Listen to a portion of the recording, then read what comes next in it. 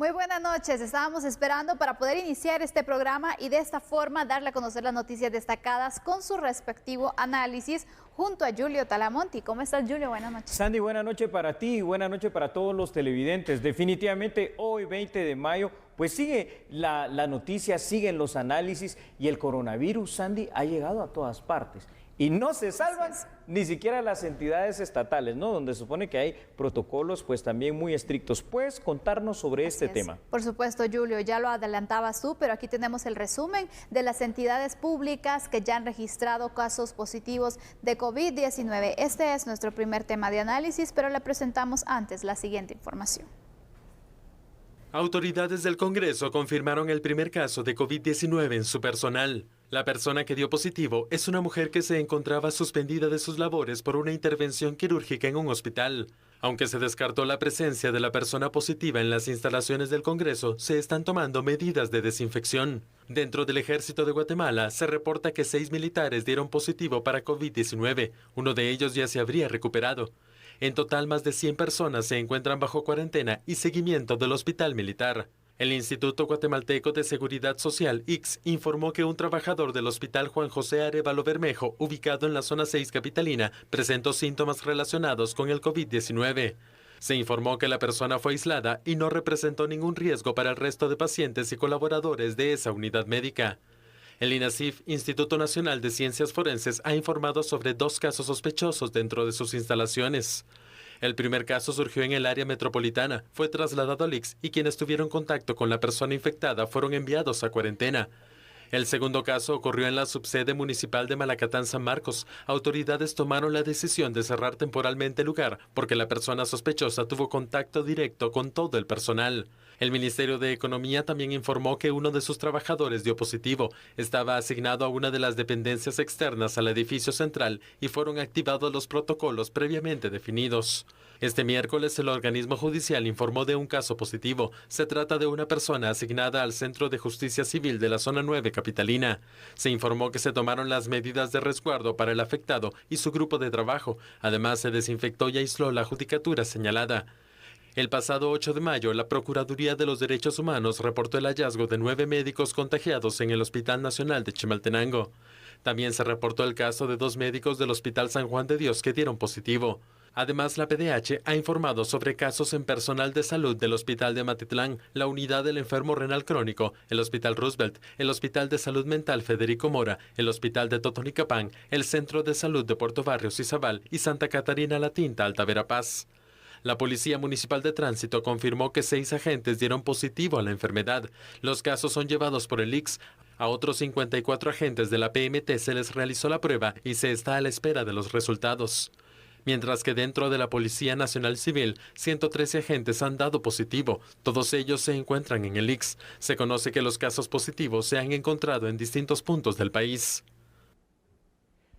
Yo no sé si al ver estos datos le queda a usted alguna duda de que todos, efectivamente todos los guatemaltecos somos vulnerables al contagio del COVID-19. Me acompaña junto con Sandy Monroy a ver los siguientes datos porque esto es relevante, Sandy. Sin embargo, hay que decir que hay lugares específicos, es decir, quizá instituciones o donde el riesgo de contagio se eleva por la concentración de personas en primera instancia, ¿verdad? Las entidades públicas están funcionando.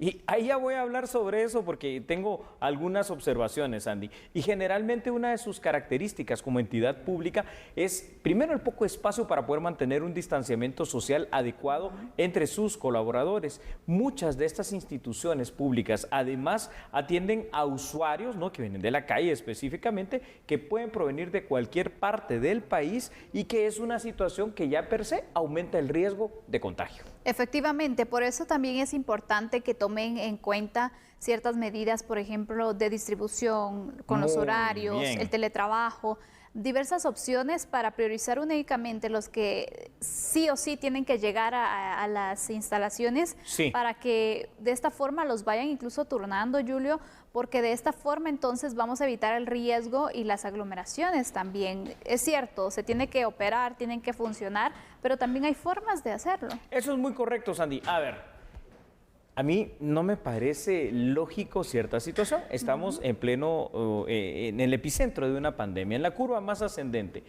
Y obviamente las instituciones públicas, como son de servicio público, deben de seguir operando. Hasta ahí estamos claros, ¿no? Porque eso es difícil detenerlo. Sin embargo, sí se pueden hacer situaciones como las que tú mencionabas. A ver, si yo tengo en una institución, digamos en un ministerio, 500 personas que trabajan en ese ministerio, ¿por qué no las divido en 2 o 3 grupos para que no todos los días lleguen, por ejemplo, todos los colaboradores? Esto ya me va a permitir a mí tener cierta situación de distanciamiento primero y cierta situación de control con las personas que van llegando por aquello de que alguno presente síntomas y si alguno se contamina o se contagia, como vemos que efectivamente está pasando, pues poder de alguna manera visualizarlo, apartarlo y tratarlo de una forma tal vez más adecuada sin que ponga en riesgo a muchísimas personas, que es lo que ha estado pasando generalmente en las instituciones públicas, ¿verdad? Y aquí solo haría una excepción en las instituciones de seguridad, porque ahí obviamente necesitas a todos los elementos. Las instituciones de seguridad, obviamente los bomberos. Las instituciones médicas. Efectivamente, que necesitan sí o sí estar el personal en total disposición, porque obviamente es muy necesario. Y vemos que ellos se arriesgan mucho, Julio.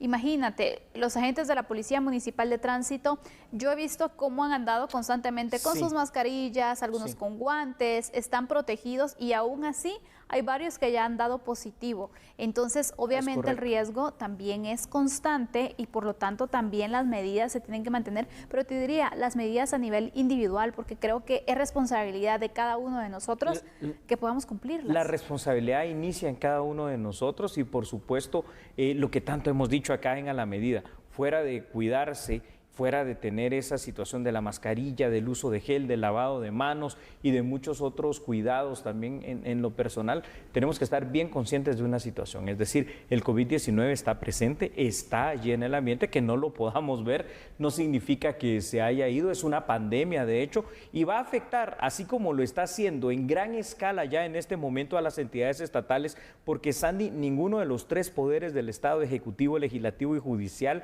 porque hoy se dieron casos de contagio en un juzgado precisamente civil allá ubicado en la zona 9 capitalina, entonces ninguna de los 3 poderes del Estado pueden decir en este momento estamos libres de colaboradores contagiados de COVID-19, pero esto que pasa en el Estado, Sandy, puede pasar y seguramente también pasará y está pasando en las empresas privadas, puede pasar obviamente en la calle, puede pasar con cualquiera si no tenemos esas normas de cuidado personal que tú mencionas. Y aparte de ello, Julio, algo que hay que destacar es que afortunadamente estos casos en todas las instituciones, en varias empresas que también ya se han registrado, se han logrado localizar, se han logrado identificar, han seguido el protocolo de salud en este caso, se han hecho las pruebas, los traslados correspondientes y se ha evitado que se propague dentro de las instalaciones. Creo que ese es un punto bueno porque imagínate tú que una persona tenga síntomas o que ya esté entonces con el COVID-19, no dé aviso, no se tomen, por ejemplo, las medidas como la toma de temperatura y que tenga ese relacionamiento con otras personas, esto puede ser un foco precisamente de contagio, Julio. Yo creo que esto hasta el momento pues no ha sucedido de esta manera. Esto es muy cierto, no ha sucedido de esta manera, pero sí yo creo que es un buen llamado de atención y por eso como tema de análisis es excelente dar a conocer a usted que pues yo no puedo decir ninguna, pero sí muchas instituciones del Estado han estado en el foco de la contaminación. Y aquí hay que decir una cosa ya muy clara. Si quieren lo ponemos por favor en pantalla, aunque lo hemos analizado ya contigo verbalmente, podemos recapitularlo, Sandy. A ver, existen servidores públicos que por su propio trabajo, por la naturaleza del mismo, ¿verdad?, están en esa primera línea potencial de contagio del COVID-19. Y aquí nos estamos refiriendo, tú lo decías de una manera muy concreta, primero los trabajadores de la salud, son los que tienen más cercanía con esta situación.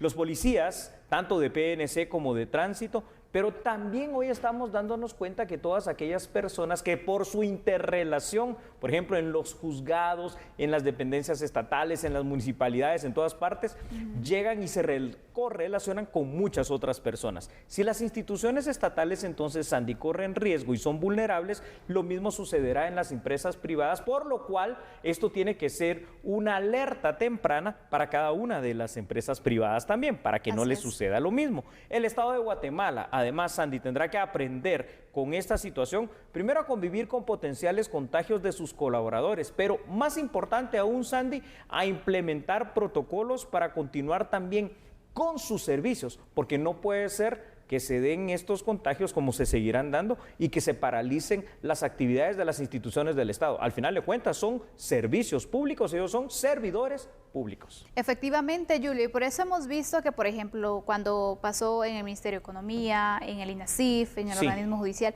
en cada una de las dependencias del Estado, en cada una de las instituciones, se ha tomado la opción de que, por ejemplo, una persona se identifica, se hace el traslado correspondiente, se procede a desinfectar, porque obviamente es algo que se debe hacer inmediato, y luego continúan operando, porque también lo han tomado de esa forma, han estado funcionando. Entonces creo que también los protocolos se han ido acatando también, porque recordemos que en este momento hay servicios que son indispensables y que obviamente se deben continuar prestando. Deben continuar prestando, y en los lugares donde el servicio tal vez no requiere tanto, digamos, la presencia de todos en ese momento, minimizar la presencia de aquellos que no deben de estar, minimizar ese tipo de reuniones que a veces se dan interinstitucionales. Tú lo decías, tal vez en el servicio público es difícil lo del teletrabajo, yo lo comprendo, pero sí, por ejemplo, si me tengo que reunir con otros funcionarios, si tengo que hacer unas grandes reuniones, ¿y por qué no se hace a través de una plataforma digital? Tantas que hay ahora para hacer esas teleconferencias, esas videoconferencias, en las cuales no necesariamente tengo que estar presencialmente y puedo resguardar mi salud y la salud de otros. Algunos funcionarios públicos probablemente ya estén implementando esta cuestión, pero otros prefieren la tradicional reunión donde están 20, 30 ahí reunidos. ¿Y eso de qué te sirve? Inclusive, ojo acá, para la 9ª legislatura, que ha estado citando a muchísimos funcionarios, inclusive del Poder Ejecutivo, quizá este no sea el mejor momento, no solo porque estamos en medio de una pandemia, sino porque ustedes mismos como legisladores pueden salir infectados. Efectivamente, entonces incluso esa es una muy buena opción, Julio, que por ejemplo las citaciones puedan ser por videollamadas, esas videoconferencias, y no necesariamente desplegar, porque por ejemplo, si necesitan una respuesta de un funcionario en el lugar donde está laborando, donde está supervisando, incluso puede allí tener el contacto, puede ocuparse unos momentos, incluso aceptar que deleguen también ese tipo de funciones para unos viceministros u otras personas, porque sabemos que obviamente en este instante hay una emergencia que atender y que obviamente hay prioridades. Es correcto. Si me permites, para concluir este tema, y esto por obviamente después de 20 años de estar en el tema de seguridad y de justicia aquí en Guatemala, a la instancia coordinadora de modernización del sector justicia le haría el llamado de lo siguiente: así como hay cosas que hay que implementar en su momento urgentemente, como las medidas sustitutivas, las medidas alternativas, los brazaletes de control telemático, también piénselo a lo interno de ustedes, jefes de la instancia del sector justicia, ¿por qué no se pueden hacer las audiencias virtuales? Se gastaría menos tiempo, se pondría menos en riesgo a la población, se gastarían menos recursos y no habría que estar haciendo tanto traslado de reos. ¿Cuál es el problema? El tema de la firma electrónica. Bueno, pues hay que hacer los cambios en la ley y hay que buscar los consensos. Yo ahí la dejaría en este instante. Muy bien, Julio. Vamos a finalizar de esta forma el primer tema y vamos a hacer una pausa en este momento. Pero cuando regresemos hablaremos acerca de seguimientos que se hacen a tiendas, Julio. Claro que sí, especulación de precios en la pandemia. Usted tal vez el día viernes, sábado, domingo fue a comprar 4 helados y 3 chucherías y le cobraron casi 100 quetzales. Hablaremos de esto. Mientras tanto no cambie, porque nosotros a esta hora somos a la medida.